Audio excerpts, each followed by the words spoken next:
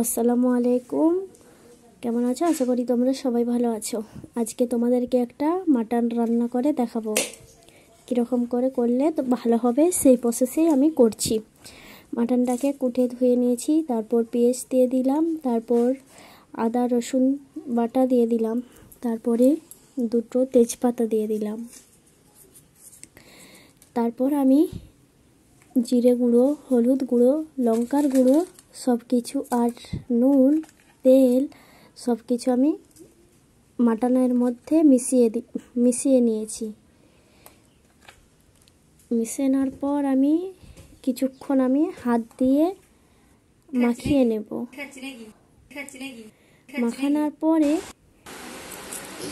আমি 2 মিনিট ওখানে গ্যাসের উপরে রেখে দেবো। রাখার পরে আমি নিচড়টাকে কুটে নিয়ে নেব।